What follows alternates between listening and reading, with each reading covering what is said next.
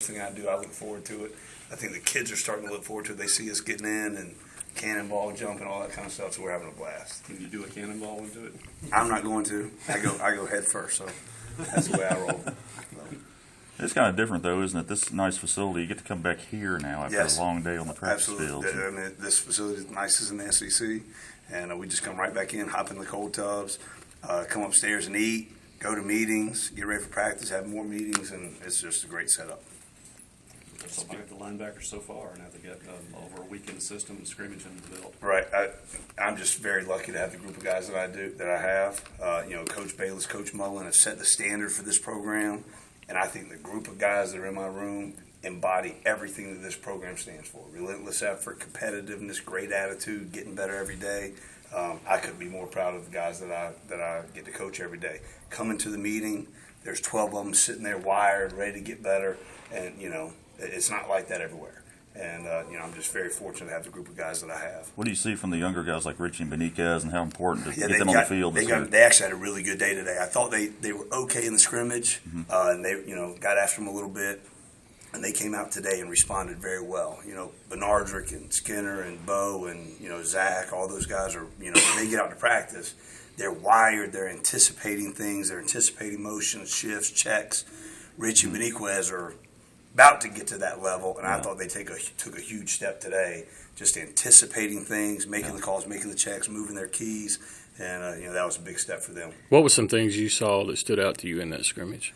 The guys are flying around, great energy, great effort. At times in the spring, we'd come out and have a really good first half defensively, and then kind of, we'd let the three scrimmage, and then come out in the second half, and there was a little bit of a drop off. That didn't happen. When was the scrimmage? Thursday. I don't even know what day it is.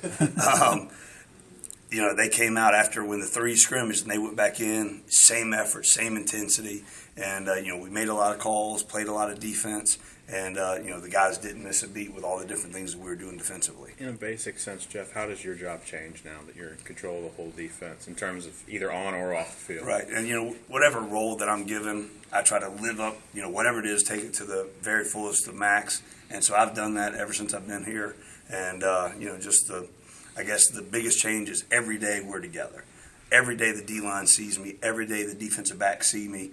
When we put in the defense, the whole defense is in the room. So they're all hearing the checks. They're all hearing the calls. It's one voice teaching the defense instead of the defense being taught from four different perspectives. And I think that's, that's good for learning, good for crossover. We had some guys doing some different positions today, kind of non-traditional, and they handled it and moved around, didn't miss a beat because they, have heard how to play this technique, heard how to play this technique.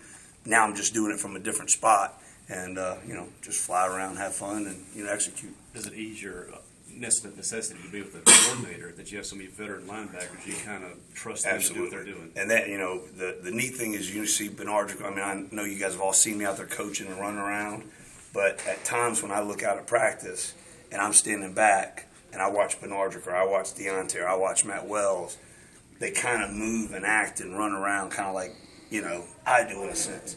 And, Benardrick is just a ball of energy. He is everything this program stands for, from a leadership, attitude, character, all those things. So I'm just, I'm proud of him and Skinner and those older guys that really have, stepped up and taken that coach on the field role. Benardrick obviously had a very productive season last year. How does he, especially with Cam gone? Right. I mean, obviously you're looking for him to have another monster Absolutely. year. How does he get better? His keys, his reads, his comfort in the system. You can just see him, the way he stepped up as a leader. Tyler's a great leader on offense, but Benardrick, on defense is just really, when you watch him out of practice, we've started doing this thing where we give out juice points. Whoever has the most juice or during a play, I think the other day during a practice, Benardrick had like 40 juice points, where the rest of them are 8 or 9. 8 or 9 juice points is really good. My dog Benardrick's at 40, and just every play he's doing something and clapping. All kinds of cool things. I couldn't do them, but he can do them. They're really cool. So is it fair to say he has to think a little more this year on the field? Absolutely. How does he handle that? He has embraced it. He knows what every kill in that defense is doing. Same thing with Deontay Skinner, Matt Wells. The last 2 years he's just relied on his athleticism, which is ridiculous. Athletically how athletic he is. but now you see him anticipating things. You know, offense will send a guy in motion. He'll be telling everybody on the defense where that kid's about to go. Just, you know, he's not thinking about his assignment anymore. He's out there just playing football, and it's really fun to watch. But Nardrick told us that y'all want to play 10 linebackers. Is that realistic at this point? I would say 8 to 10 would be a great number. You know, so yeah, that's good. So you actually do keep track of juice points. Dan said he doesn't get the totals. Absolutely, it's posted. It's posted on walls. We have a grade sheet, and one of them is JC, stands for juice. Let's see who has the most energy, the most juice. How are they graded? Like, how do you earn a juice point? You got to show up on tape. You know, we make a good play. We grade kids on the sideline. Darren Baldwin, the third day of practice, I don't know if he played more than 3 snaps. I think he had 11 juice points, just because somebody would make a play and he would go nuts. You know, so that's the kind of, you know, when things are kind of going slower, it's hot out there. The guys that bring energy and bring juice are very valuable. And so we try to incorporate that and get it going. And, you know, we did a stat, the more juice points that we had during the day, the more turnovers we would have. Because guys are flying around, they're excited to be there. Days where the juice points were low, not a lot of productivity, you know, not as many turnovers, you know, things like that. So Like the a way off. supermetric type thing? yeah, sure. I love it. That sounds good. Make it, yeah. Who came up with that? I'm going to give Ryan McNamara credit. Ryan McNamara this summer said, hey, Coach, we need to do something to give you know, guys that are celebrating, because we always talk about having juice and energy out of practice.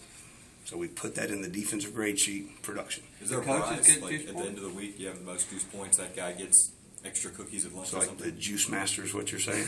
No, we just do the alpha dog, and we always chart loaves.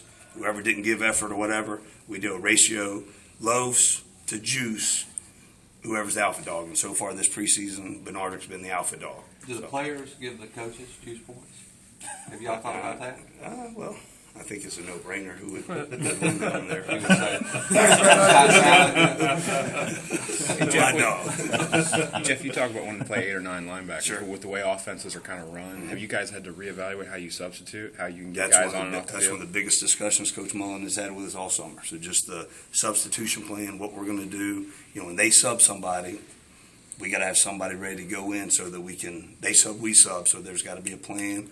We have a substitution coach in place, so that's a big part of what we're doing. You lost three cornerbacks, and I know he's a different position, but how big of a help is it having a Nico Whitley back, not only as a senior, but kind of back to his old self, healthy? Nico looks great out there. I mean, he is flying around and making the calls, making the checks. And, you know, the last couple of years, it's been Nico, Cam, and John Banks. Those 3 have talked every day, all day for 2 entire years. Now Nico's having 2 new guys that he's got to communicate with on every play, and he's kind of stepped up, making sure that on every play those 3 guys on his side are on the same page, and he's done a great job with it. Another thing is Jay Hughes. You know, starting the last 5 or 6 games of the year, he's got some confidence, and being a coach's son, he's got great character. He's a highly intelligent kid, so he makes all the calls for us on the other side and does a really good job. Other defensive guys have talked about this being a more attacking scheme.